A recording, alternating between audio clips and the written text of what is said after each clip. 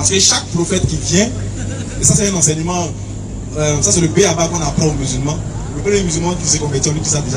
Quand un prophète vient, il vient avec une législation. Allah dit dans le Coran, à chaque peuple, à chaque prophète, nous avons donné une législation. Sauf que les législations divergent dans différents contextes et dans différents peuples. Mais le message principal que tous les prophètes reçoivent de la part de Dieu, il est unique. C'est lui qui est identique. Lorsqu'on suit les prophéties ou bien les messages que les prophètes ont eus de l'Ancien, du Nouveau Testament jusqu'au Coran, on dit qu'il est identique. Et ce message-là est l'unicité d'Allah. On ne parlait pas ici, il n'a pas dit comme il est écrit dans le Coran et dans la Torah qu'il ne faut pas manger de la viande de porc et que cela aussi est écrit dans le Coran. Non. Il y a des lois qui concernaient les enfants d'Israël à leur temps. Et il y a des lois, quand le prophète vient en son temps, soit il confirme ces lois, ou soit il reçoit des nouvelles lois venant de la part de Dieu pour par exemple au peuple à qui il a été envoyé. À travers ma précédente vidéo, j'ai apporté un démenti formel au dit Ismaël Daka, au dit de Oustaz Diané, au dit de la DDR, dire selon lesquels tous les prophètes, sans exception, avaient pratiqué une religion qui s'appelle l'islam. Je vous ai expliqué qu'aucun prophète n'avait, depuis Adam, en passant par Noé, Enoch, Abraham et tous les prophètes qui sont venus ou arrivés après lui, aucun n'a pratiqué de religion. Pourquoi? Parce que Dieu n'est pas intéressé par la religion. Pourquoi? Parce que la loi de Moïse qui avait été donnée aux enfants d'Israël n'avait pas pour objectif de servir de base à l'établissement d'une religion quelconque. Malheureusement, pour certaines personnes qui ont pensé qu'elles pouvaient se servir d'une législation pour établir une religion. Les Juifs eux-mêmes qui ont établi une religion environ 400 ans avant l'arrivée de Jésus-Christ, ils l'ont fait après le retour de l'exil pour permettre aux Juifs de respecter simplement cette loi-là pour continuer à vivre dans la sainteté, dans la pureté, en dehors de toute souillure, en dehors de l'idolâtrie, jusqu'à l'arrivée de leur Messie qu'ils étaient en train d'attendre. Malheureusement pour eux, le Messie était arrivé, mais il n'était pas à mesure de l'identifier, de le reconnaître à travers Jésus-Christ. Et nous avons également démontré que le christianisme, bien que communément accepté comme une religion, ce n'est pas du tout une religion. Parce que nous autres chrétiens, parce que nous avons accepté finalement ce terme-là, nous ne pratiquons pas des rites. Nous n'avons pas de façon de prier. Nous prions quand nous travaillons au bureau. Pendant que je mange, je pourrais être en train de prier. Pendant que je marche, je prie. Pendant que je me repose, je prie. Pendant que je discute avec des amis, je prie. Pendant que j'évolue dans une réunion, je prie. Il n'y a pas un temps où je ne prie pas. Pourquoi? Parce que la Bible dit prier sans cesse. Je peux prier en étant assis. Je peux prier en étant positionné à plat ventre. Je pourrais prier pendant que je suis debout.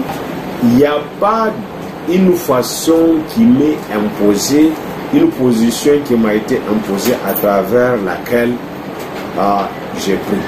Je prie en tout temps et dans n'importe quelle situation. C'est pour cela que les gens ne pourraient pas comprendre si je prie ou je ne prie pas. Pourquoi? D'abord parce que Jésus-Christ dit quand je prie là, je devrais rentrer dans ma chambre, et prier pour que ma prière là soit offerte à Dieu seul. Je ne devrais pas prier pour que les gens voient que je prie. Autrement, Le fait que les gens m'ont vu en train de prier, c'est comme si j'ai reçu ma récompense. Et lorsque moi, chrétien, je prie, je cherche la face de Dieu. J'ai prié pour mes parents, j'ai prié pour ma nation, j'ai prié pour mes collègues, sans qu'ils ne sachent que j'ai prié pour eux. Nous, on ne fait pas de religion, c'est une question de responsabilité. Dieu veut la paix pour mon pays. Et quand je vois une situation qui menace la paix de mon pays, sans informer quelqu'un, je pars, je me mets à genoux dans ma chambre et je prie et je demande à Dieu de changer sa situation. Quand quelqu'un est malade sans qu'il ne sache, je peux rapidement aller dans ma chambre et je me mets à prier pour que cette personne-là recouvre la santé. Pareillement, quand je jeûne, je n'ai pas besoin que quelqu'un sache que je jeûne. Même ma femme, si ce n'est pas qu'elle prépare pour moi, elle ne devrait pas savoir que je jeûne. Mais vous autres, ce n'est pas facile pour vous de comprendre que je suis en train de jeûner, parce que je ne le fais pas pour vous, je le fais pour Dieu. Donc c'est entre moi et mon Dieu. Il voit et il me donne la récompense. Et cette récompense-là, ce n'est pas quelque chose que j'attends au ciel. Là, c'est l'exaucement. Je voudrais entendre sa voix. Je me mets à prier parce que je cherche sa face, je cherche un signe, je cherche une réponse par rapport à une situation donnée. Donc pour nous, Dieu continue de parler et nous continuons à l'écouter, à entendre sa voix, à recevoir sa direction. Donc le christianisme n'est pas une religion. Quand les gens vous disent que Dieu donne religion et il faut pratiquer la religion pour être sauvé, je suis désolé, ce n'est pas vrai, ça ne pourrait pas être vrai, ça ne pourrait jamais être vrai. Dieu n'a jamais donné de religion, Dieu n'a pas donné de loi pour qu'elle serve de base pour la pratique d'une religion. Donc s'il y a un Dieu qui a donné des religions, mais alors ça veut dire qu'il faut aller le chercher ailleurs, parce que ça ne peut pas être le Dieu d'Israël. Maintenant, en parlant de législation, voilà Ismaël Aka qui venait d'affirmer devant nous tous que chaque prophète qui vient, il vient avec une législation qui soit confirme une législation antérieure ou instaure une nouvelle. Je devrais aussi vous avertir que c'est un autre abominable mensonge. C'est faux, ça n'a jamais existé et ça n'existera jamais. De l'histoire de la Bible, en ces termes-là, il n'y a jamais eu une autre législation en dehors de la loi de Moïse. Aucun prophète n'a légiféré sur une loi autre que la loi de Moïse. Ça n'existe pas. Depuis tout le temps, il n'y a eu qu'une seule loi, la loi de Moïse. Comme je vous l'ai dit, les prophètes étaient venus simplement pour amener le peuple à l'observation de la loi, pour aider le peuple à rester dans la sainteté, dans la pureté, loin de suivre, loin de l'idolâtrie, jusqu'à ce que le Sauveur vienne. Et le Sauveur avait été reconnu et salué en Jésus-Christ. Je vous ai lu un passage. Par le passé, Dieu a parlé à Israël par des prophètes. Et dans les derniers temps, Dieu a parlé à Israël comment? Par le Fils. Et c'est fini, c'est la fin des prophéties. Jésus-Christ nous a dit que si après lui des prophètes viennent, ça ne pourrait être que des antichrists. Avant l'arrivée de Jésus-Christ, il y avait eu une période de 400 ans où Dieu ne parlait pas à Israël. Mais maintenant, quand les temps étaient accomplis, Jean était arrivé pour dire: ah, il faut vous préparer maintenant là, le royaume des cieux est là, les cieux est proche.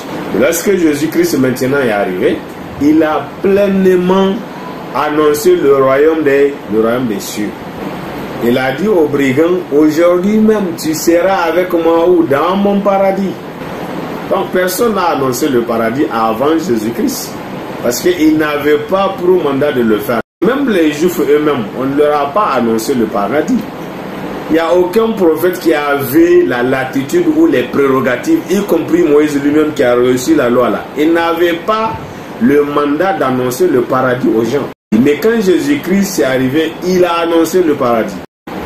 L'affaire de Christ là, ce n'est pas un jeu. Si les gens s'amusent en disant non, on est dans la religion la plus grande, il faut vraiment qu'ils se détrompent. Pourquoi? Retenez ce que je veux vous dire. Au temps de Noé, tout le monde était mort, sauf Noé et sa femme. Tout le monde, littéralement tout le monde était mort, à l'exception aussi des animaux. Au temps d'Enoch, il y a eu seulement Enoch qui a marché avec Dieu, et Dieu l'a enlevé. Au temps d'Abraham, c'est juste lui seul que Dieu a choisi. Donc ce n'est pas question de grand nombre. C'est question de qui plaît à Dieu par ses attitudes, par son caractère, par son comportement. C'est de cela qu'il s'agit.